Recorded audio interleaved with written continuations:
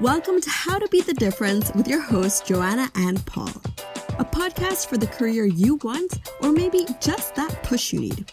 If you want to know what your dream career looks like, join us to get inspiration from industry experts that will make that dream career a reality.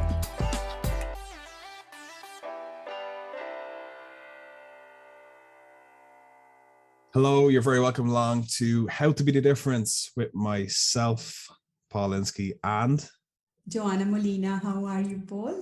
I am good. You got in there before me. You just beat me to it. How are you, Johanna? I'm good, Paul. We always say we are good, although last week actually it was a very, very tough one. Do you ever say the reality when you are asked, how are you? No, I absolutely don't. And I think all Irish people are the same. If someone says, how are you? And you could be good, you could be bad, up, down, like whatever it may be.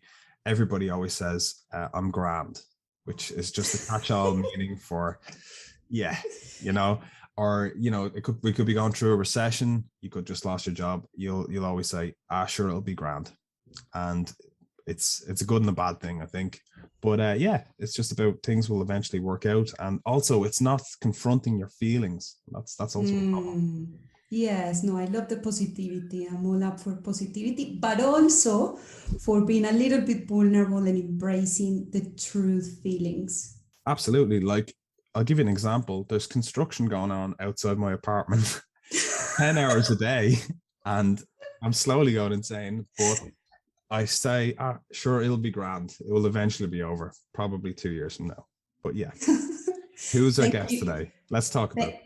Thank you, Paul, for your vulnerability. And before I introduce our guest, I suppose I'd love to, this would be very helpful for all the people that over the last year have lost their jobs, because we're going to be talking about the difference between your identity and your role. And sometimes we tend to put our identity with the role that we have. And then when you lose your job, you kind of lose your identity in a bit. It's not only about that, it's also about mentoring. And it's really interesting. So stay tuned. But before that, you have an invitation for us.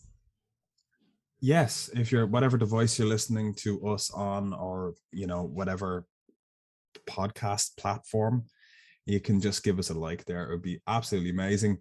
Or you can give us a review if you like it. If you don't, I don't really mind. But we'll jump into our next guest.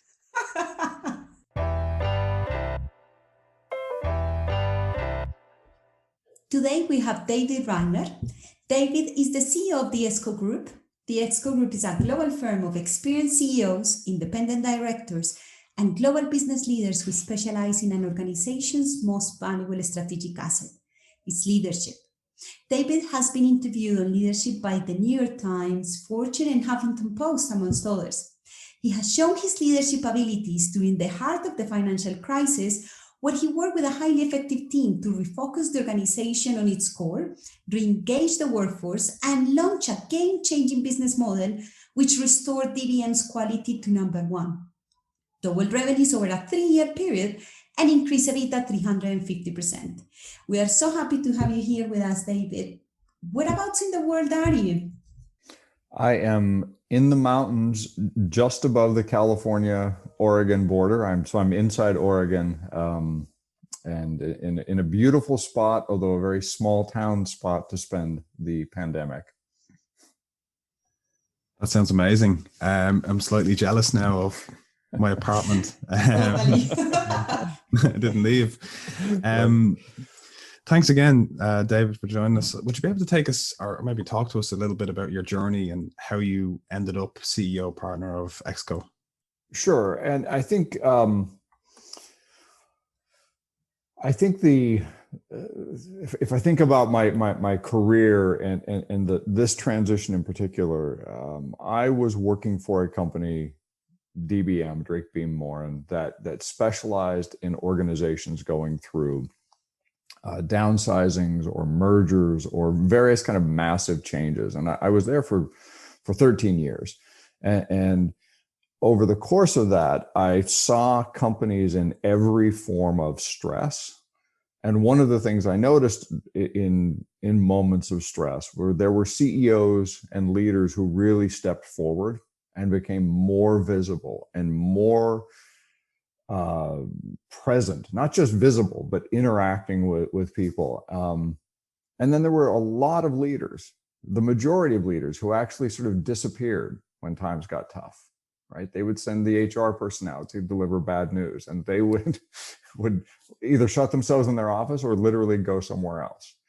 And I was struck by that while doing all kinds of jobs and learning all kinds of things in the company. I was struck by those recurring patterns. And during the financial crisis, I ran into the person who had founded this company. At the time, it was called Merryck, and I was struck by this notion of finding former CEOs who had been who had taken the time to become coaches and could sit down and talk to current leaders and current CEOs about both where they were going, where they were taking the company, but also how they were showing up, and particularly in those moments of crisis and stress. Because if you've got a leader who comes to be present, it affects thousands of lives. It affects the lives of the employees, it affects the lives of the investors, and it affects the lives of their families. And the difference of somebody who wants to stay engaged when times are hard is just night and day. And so I found that so compelling that when it was time, we were getting ready to sell that company. It was private equity owned. And when that decision came, rather than going on and doing another private equity gig, I thought, well, let's try this very small company. And I came in as the CEO of the North American business at the time. David, that is an impressive career. And as said on the intro, you do that supporting the leaders. Why is mentorship so important? Are they just only for CEOs or for people listening to us? How do you find a mentor? Yeah, I think mentorship can apply at every level in your career. Right. And so the work we do is pretty focused at the senior levels of organizations, and often big organizations or fast scaling startups. Having said that, a coach is somebody that, I'll make a slight distinction between coach and mentor here. A coach is often somebody who will come and they ask you good questions that force you to step back and think from angles that you would not have otherwise considered necessarily. A mentor should do that, but a mentor needs to bring some other things to the table. And some of the things that a mentor needs to bring are a network of people that they can connect you with to help you answer some of those questions if you genuinely don't know the answer. B, a mentor is somebody who should be able to sometimes not just ask a question, but say to you, honestly, if I were your boss sitting on the other side of the table and you said that to me, I'd probably fire you. Now, I want you to be successful, but let's take apart what you just said and let's put it back together differently. So a mentor is somebody who has a personal interest in you, a personal stake in you, is probably willing to take some level of career risk on you, but does more than just ask questions. They're going to push back and push back usefully. And I suppose, David, ExCo gathers all these kind of really important CEOs, these people, really valuable talent and insight that they can pass on to other people. How do you identify that? And do you have a criteria, or how difficult is it to find that? We do have criteria. It is, I hesitate to say it's not difficult, because for many years it was the most difficult thing. I think we've become much better at parsing it. We used to interview 17 or 18 CEOs for every one that we would bring on. That's probably down to 8 or 9 to 1 today, because we've gotten better at just filtering earlier. And I sometimes tell the story that I've literally never met a CEO who has not said developing people was my favorite part of the job. But you look over their shoulder and sometimes there's this trail of dead bodies behind them where, you can see the people they stepped on. It's harder to see the people they developed. And then those are the leaders we don't spend any time really talking to about becoming a mentor beyond that first conversation. And what we look for are people who actually have, in sports parlance, there's a phrase, a coaching tree, right? And it's the great head coach who you can actually look around any league and see the other coaches that started out as junior employees working for that coach. That's a coaching tree. We look for that with CEOs who want to become mentors. Who are the people you've groomed? Where are they? Do they all look like you? Do they all sound like you? Or are they all in the same, company? Or have you sort of seeded the world with better leaders? That's a basis we can work with to help create more and better leaders elsewhere. Yes, and during the years at the Intern Group, we've had some of the ExCo mentors supporting us throughout the journey. I'm just thinking, if I'm a student and I'd like to have a mentor, how do I ask for it? How do I find it? Do I pay for a mentorship? Tell us a bit more about that. Yeah, it's a great question, because I think it can be uncomfortable on both sides, right? As somebody who is mentoring, you don't really want to say, hey, look, Paul, would you mind if I was your mentor? What if Paul says no? That would hurt that would hurt my feelings. And at the same time, Johanna, do you walk up to somebody who's a relative stranger and say, I really admire you, would you be my mentor? We don't, in most cultures, actually know what that word means. So what I would say is almost take the word mentor off the table, tuck it in the desk, right?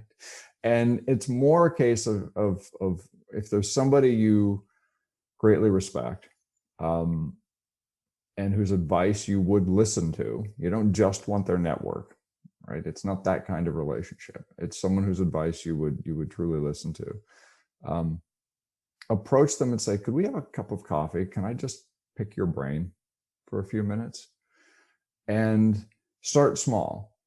And in that conversation, go in with a plan. And by a plan, again, I don't mean you have to be overly structured, but what is it? Is it just that you admire them? Is there something you want to get their opinion on? And see how that first conversation goes. They'll want to know about you. You should ask about them. People like to know.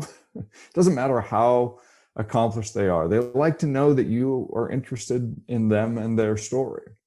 So ask questions yourself.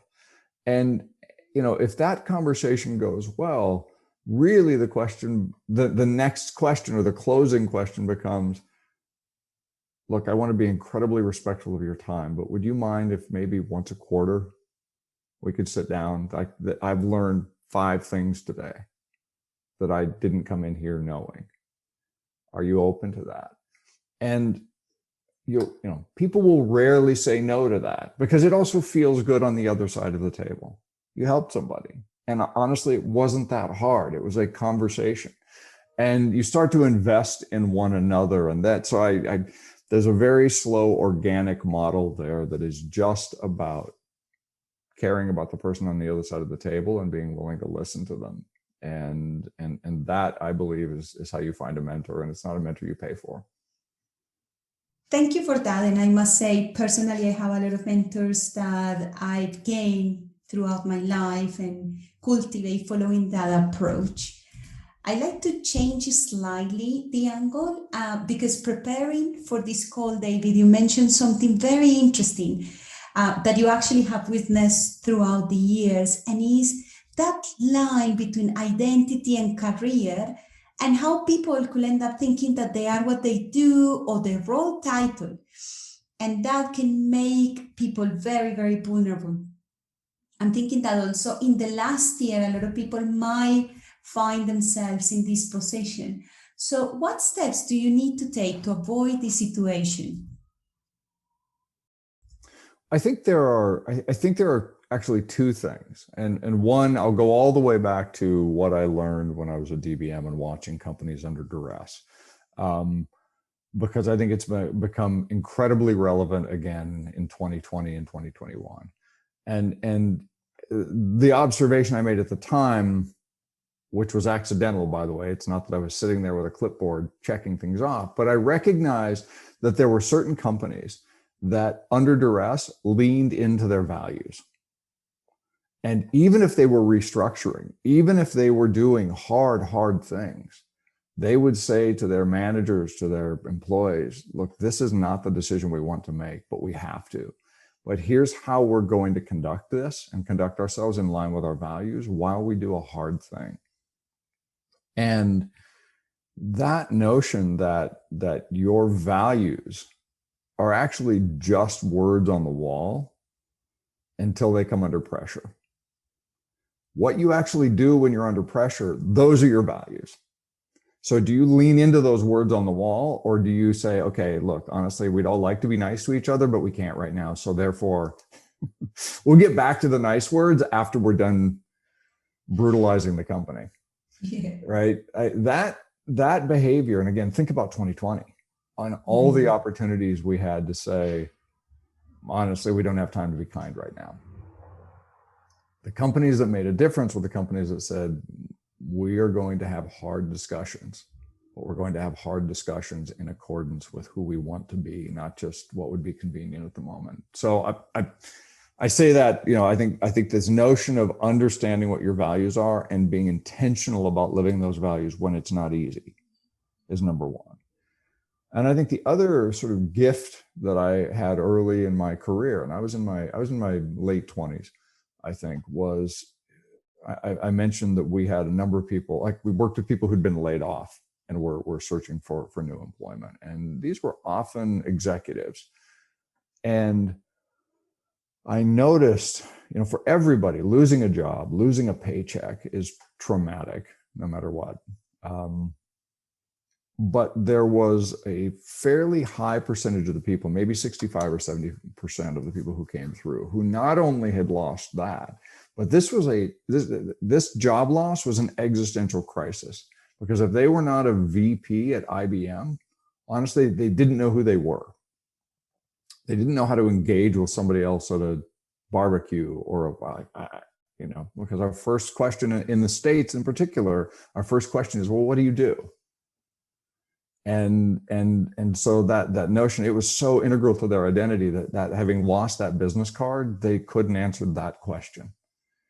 And then there was the smaller group, the 30 to 35% who came in and for whom this was traumatic. They were worried about paying the mortgage and whether or not their kids would be able to go back to college in the fall. But they were going to be fine. They knew who they were. And this was one of the things that life throws at you, but that they were going to get through. And I recognized accidentally, largely, that, wow, I have a choice to make. I can think about who I want to be as a human being, and I can lean into that, or I can think about what I want my career ladder to be and make that my identity. But I see the vulnerability and fragility of that path. It's time for me to step back and think about who do I want to be as a human being.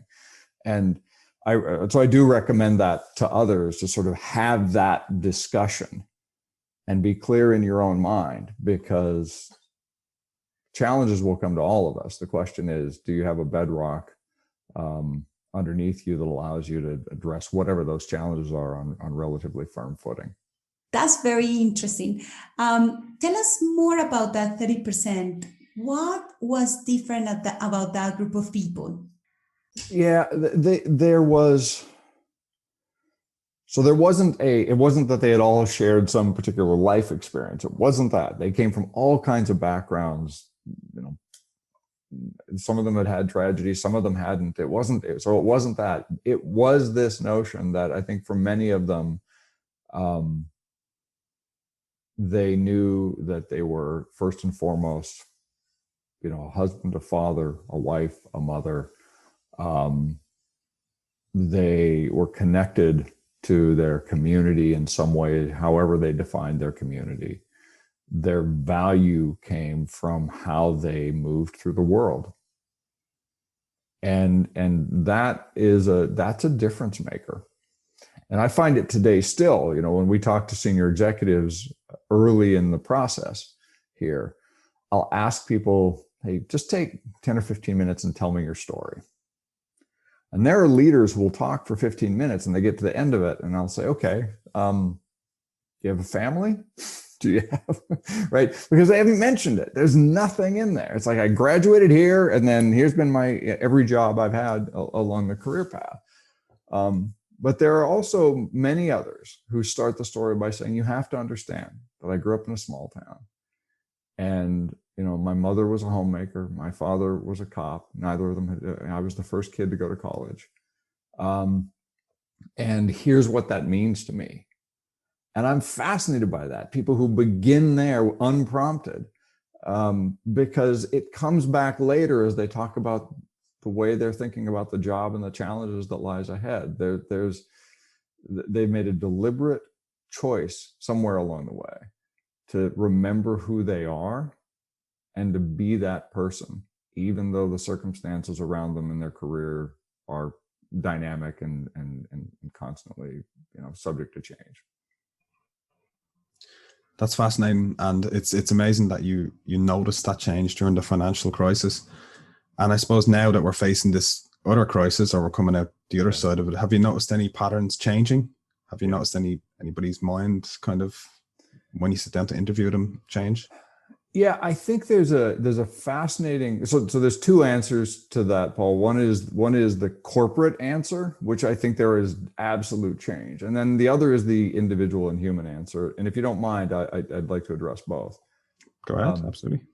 Because I think the corporate answer to that question is that in every company of size sits down once or twice a year and thinks about leadership succession. Who will be the next CEO? Who will be the next, executive vice president or C-suite of this organization?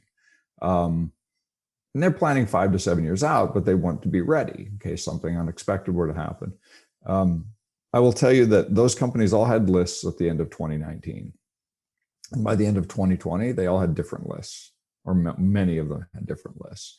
And what that has done is actually started to change the process of how they look at what the future of leadership means in their context. And so for corporations, this notion of, do we have leaders deep into the organization who can stand up in a town hall and have an honest conversation about race? Do we have leaders who can sit in a meeting where we've got some percentage of your population who doesn't believe that the coronavirus is real, and navigate that complexity? And what 2020 has shown is, you've got a lot of very smart leaders who understand how to run every aspect of the business. That's not the same thing as managing these other aspects of conversation around society, the environment, fairness, inequality. Like, these are real and present conditions that aren't going away now just because people are coming out of quarantine, at least temporarily, right? These are now part of business. And that has ended up requiring something different from organizations as they think about leaders. So if you take that as the corporate view, I think the individual view, what's been fascinating to me is understanding what leaders have learned about themselves this past year. Leadership has always been a series of paradoxes. My colleague Adam Bryant has talked about this and written this. Do you lead from front? Do you lead from behind? You got to be humble, but you got to be confident. Those challenges have always been there.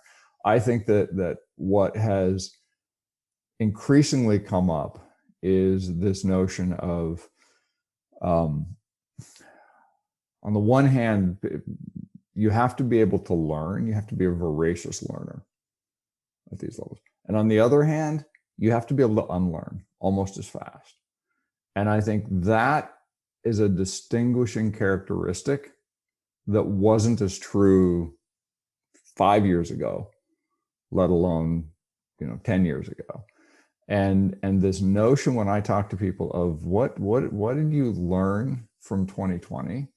I mean, I'm partly listening for what did you unlearn, without asking that question, because I know for me, I learned and unlearned a few things.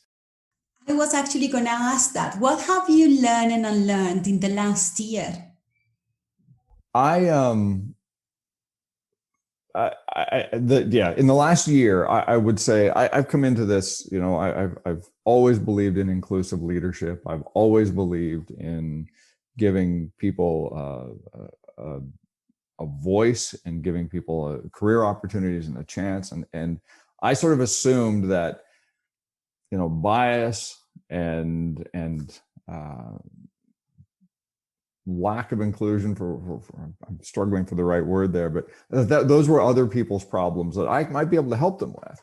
And what I realized in this year is, wow, there are levels of just the way we think and the pace that we're moving as an organization that start with me, that are actually, I'm talking about the fact that we intend to be more inclusive, but we're not moving fast enough. And realizing that was going to require some level of discomfort for me. We're going to bring more people on. We're going to do it faster. We're going to open up the conversations we're having to hear how we're doing well and how we're doing poorly. And we're going to evolve, and we're going to stay evolved. That has been probably the single biggest aha, because again, I thought, I've read, I've studied, I've talked to people. I really was probably smug in retrospect in my sense of my own open-mindedness. And then you get into these conversations and you realize the volume of what I don't know is massive. And so if I'm going to start learning, I'm going to also have to let go of some things that I thought I knew. And it's been good. It's been terrifying and refreshing. Wow, thank you so much for your openness. And on that line of diversity and inclusion, in your experience, what are the main challenges that companies face today with regards to attracting global diverse talent? Mm-hmm. Yeah, I think it's one, a positive effect of 2020 has been the realization that jobs can be anywhere, that you can truly go where the talent is. Now that creates new levels of management challenge. And, there was a headline the other day about a CEO saying, I'm going to get everybody back on campus as fast as I can because I just don't believe in remote work. So that exists out there, that mindset, but I don't think it's the prevailing mindset. So on the one hand, organizations realize that talent can be anywhere. On the other hand, we still have a very difficult time. Hiring is getting easier. Including people that you've hired is the next hill, I think, for organizations. And I talked to somebody the other day who said, we are not going to hire our way out of this. And in fact, if we're not careful, hiring is going to make it worse, because what we're going to do is we're going to hire an increasingly diverse workforce. We're going to get them in here. We're going to frustrate the hell out of them. And then they're going to leave, and we're going to get the reputation as a place that isn't a good place to come to work. And that will make it harder for on the next iteration. So I think that companies are having these internal discussions that kind of break into three areas. Even within a single C-suite, you'll have three areas. Number one will be the people who believe we should do this. We should be increasingly diverse because it's the right thing to do. And so it's sort of the moral cause part of this. There's another group, and I think this group is really dangerous, actually, even if they're not malicious, which believes in meritocracy. But what they mean by meritocracy is, I wouldn't be in this job if I hadn't earned it. Right? It doesn't mean that they're actually thinking about how did I get here because I'm, say, white and male. It's, I earned it. Nobody would have given me, nobody gave me this job. So therefore there are blind spots baked into that. Now, those people tend to not argue loudly today in these discussions. They tend to stay quiet. And that quiet is actually problematic, because the quiet is sort of, I hope this blows over. I'm going to go back to promoting the people I want to promote. And then the third group are the people who realize that, honestly, if we don't have a diverse workforce, we are going to get blown up in the marketplace, because we're not going to see trends coming that could be huge opportunities for us, or that could be huge threats. And, I think we talked about this before. There are lots of examples of companies that get so locked into one way of thinking and one way of viewing the world that they never come out of it. And, BlackBerry being adamant right up until, not that many years ago, that people were never going to want to not have buttons on their phone. They were only going to want, and look, I loved the buttons on the BlackBerry. It's easier to type accurately. But I've got an iPhone, and it's my, fifth or sixth iPhone over the years, right? But if everybody that you've hired thinks the way you think, you're setting yourself up for those kinds of stories. And I think that third group is the group that is vital, because if you can prove the business differentiator, and academic studies have proven it, so it's not about academic studies. It is literally the war stories we tell ourselves within an organization about, wow, look how successful they've been. Those are the ones that will be catalysts for change. It's like the dinosaurs will die type thing, isn't it? I always think Kodak cameras, right, when I think not changing with the times. But I suppose you've given us a nice run through, and we're kind of in this in between phase where some companies decided whether or not which direction to go in. Yeah. For you personally, what do you see post-pandemic? Ask that question differently in terms of how businesses act. You've touched on it a little bit, and you said that some companies want to go back to the office, and some companies are favoring remote work. Yeah. So, what way do you see the world going? Do you think there's room for everything? I think there is room for everything. I think that I'll tell you what worries me, right? So I think that the flexibility is there for organizations to figure it out in some kind of I don't even like the word hybrid, but some kind of hybrid model. I do think will prevail, and it'll be a spectrum, right? There'll be places that everybody comes in for 2 days a week, and there'll be places that everyone comes in for 5 days a week. And if you can get a VP's permission, then you can work from home, right? That's kind of what we're saying. I think the concern I have is that we have incredibly short memories as human beings. And, everyone's talked about the level of quality of life and balance they've had during this by being home with their family every night, in some cases.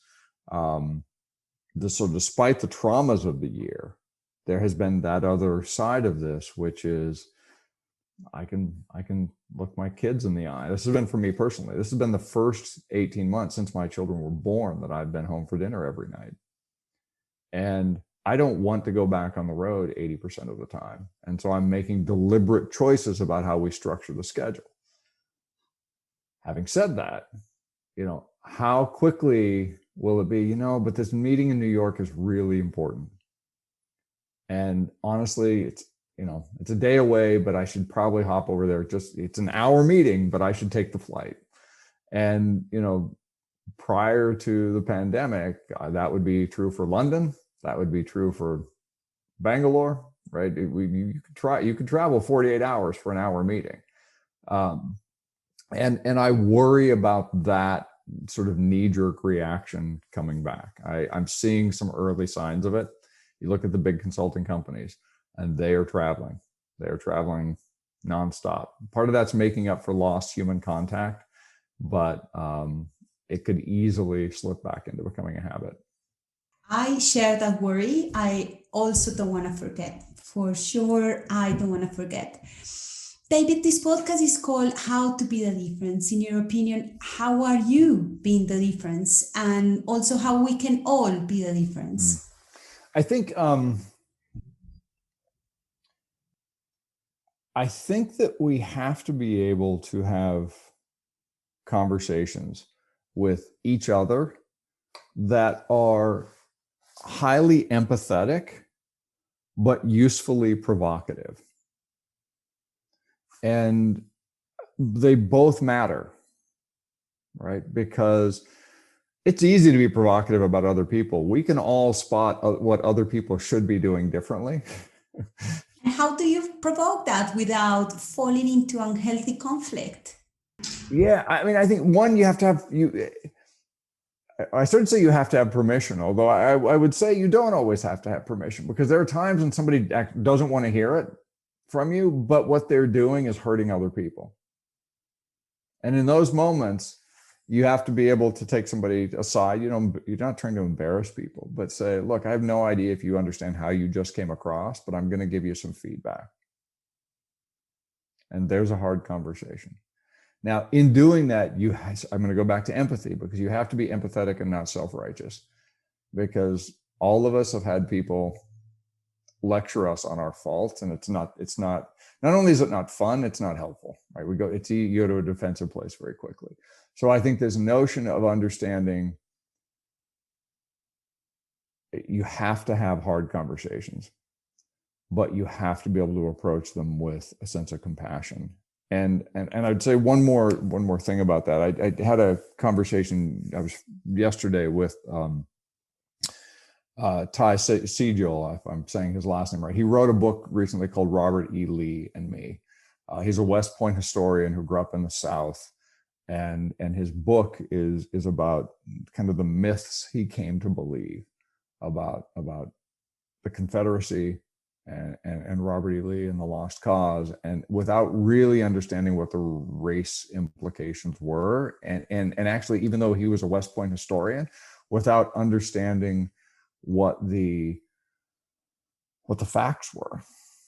And so the book is fantastic, but in talking to him yesterday, he said something that just hit me like a punch, which was, when you study, he was at West Point, and he started looking around and wondering what's sort of the Black experience at West Point, and nobody had written about it. Nobody had researched it. And so he thought, well, I want to dig. I want to see. It's in the archives. Let's go look. And so he started researching that, and gender it very quickly became both the Black experience and what's the female experience at West Point been like over the years. And his comment was, what you research changes you.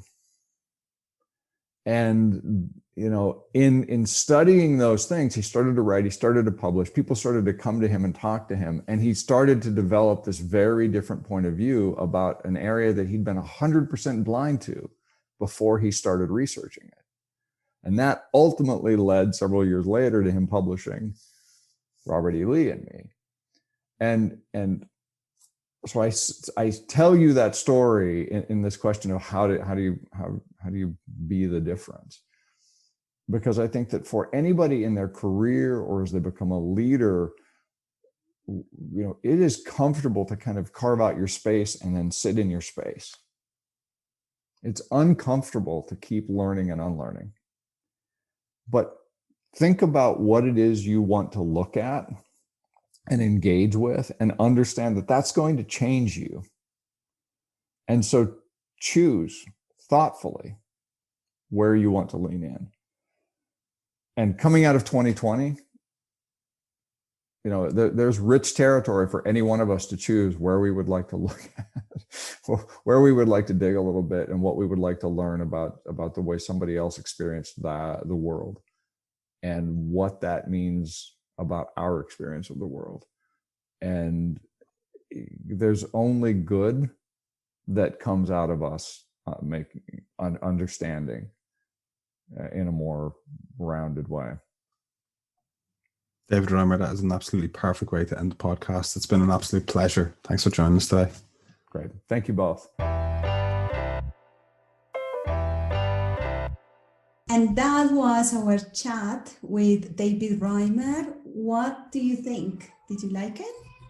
I loved it. He was like a really, really nice guy, really busy guy as well. And I really liked hearing about, I suppose, the similarities between our current situation with the global pandemic and like his previous working with like the recession and the financial problems with that, but also the importance of a mentor was excellent. And something that stood out to me as well was and was very hard hitting, I think, was about like the idea of your job title becoming who you are. So that was very interesting. How about yourself?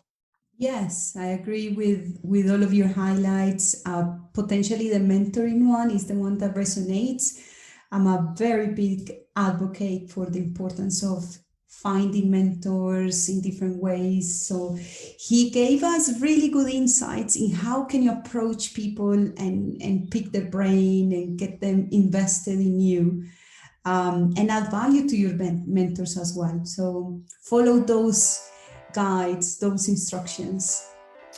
Absolutely. And until next time, you can reach us at howtobetheDifference@theinterngroup.com or on social media or across all social at the Intern Group.